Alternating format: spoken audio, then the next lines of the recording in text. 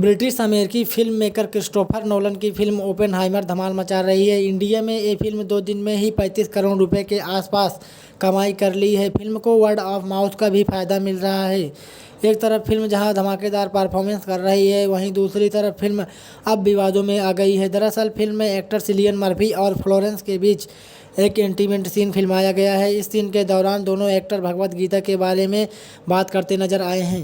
Oppenheimer Bhagavad Gita के कुछ श्लोक पढ़ते हुए भी नजर आ रहे हैं। ओपेनहाइमर की गर्लफ्रेंड उनसे उस किताब के बारे में पूछती है, जिसके बाद वे उसे संस्कृत भाषा की किताब बताते हैं। बता दें कि ओपेनहाइमर इस सीन के दौरान भगवद गीता का ही नाम लेते हैं। भारत सरकार के सूचना आयुक्त उदय माहुरकर ने save culture save India foundation की एक प्रेस विज्ञप्ति साझा की। उन्होंने कहा कि कोई भी हैरान है कि केंद्रीय फिल्म प्रमाणन बोर्ड सीबीएफसी इस सीन के साथ फिल्म को कैसे मंजूरी दे सकता है। हॉलीवुड मूवी ओपेनहाइमर एक रोमांच बायोग्राफी ड्रामा मूवी है, जिसमें अमेरिकी भौतिक वैज्ञानिक जे रॉबर्ट ओपेनहाइमर की ज़िंदगी की दिलचस्प कहानी को दिखाया गया है।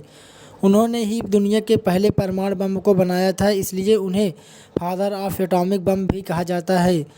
इस मूवी को क्रिस्टोफर नोलन ने डायरेक्ट किया है। इस बीच देश के जाने माने राइटर देवदत्त पटनायक ने ओपेनहाइमर के उस बात को गलत ठहरा दिया है जिसमें वो भगवद गीता के जिक्र करते हुए नजर आ रहे हैं। आइए आपको बता दें कि आखिरकार देवदत्त पटनायक ने किस बात को गलत ठहराया है।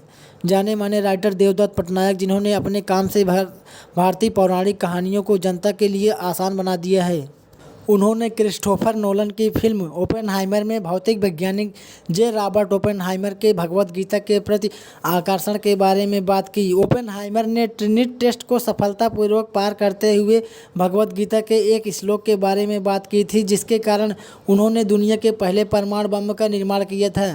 या यूँ कहें कि उन्होंने अपनी बात को सही साबित करने के लिए धर्म का सहारा लेने की एक लापता ओढ़ने की कोशिश की थी, क्योंकि भले ही उन्होंने दुनिया के पहले परमाणु बम का आविष्कार किया था, लेकिन इससे लाखों लोगों की जान भी गई थी। साल 1945 में न्यू मैक्सिको में जब परीक्षण सफलतापूर्वक किया गया तो ओपेनहाइमर ने सोचा कि अगर 1000 सूर्य की रोशनी आकाश में फूट पड़े तो वह ताकतवर की महिमा के समान होगी। मैं मृत्यु बन गया हूँ, दुनिया का विनाशक। हालांकि शुरुआत में उन्होंने इस उपलब्धि का जश्न भी मनाया था, साथ ही हिरोशिमा और नागासाकी पर बमबारी की भी जश्न मनाया, लेकिन बाद में उनके सामने विवेक का संकट आ खड़ा हुआ। देवदत्त ने इंडियन एक्सप्रेस से बातचीत में कहा कि जब उन्हें पता चला कि ओपेनहाइमर ने गीता से क्या कोट किया है तो वे हैरान रह गए, क्योंकि उन्हें इस कोट के बारे में ज़रा भी पता नहीं था। उन्होंने कहा कि मैंने ओपेनहाइमर पर रिसर्च की थी और मुझे ये लाइन कभी भी नहीं मिली। मैंने ये लाइन कभी भी नहीं सुनी थी कि किसी ने कहा कि ये चैप्टर 11 श्लोक 32 है। वास्तव में काल अस्मि कहता है, जिसका अर्थ है मैं समय हूँ, दुनिया का विनाशक हूँ, तो उनका अनुवाद ही गलत है। उन्होंने कहा कि एक वैज्ञानिक के लिए अगर उन्होंने इस वाक्य का इस्तेमाल किया है तो मैंने उनका यह वीडियो भी देखा है जहां वो ये कहते रहते हैं कि मैं मौत हूँ, मैं मौत हूँ।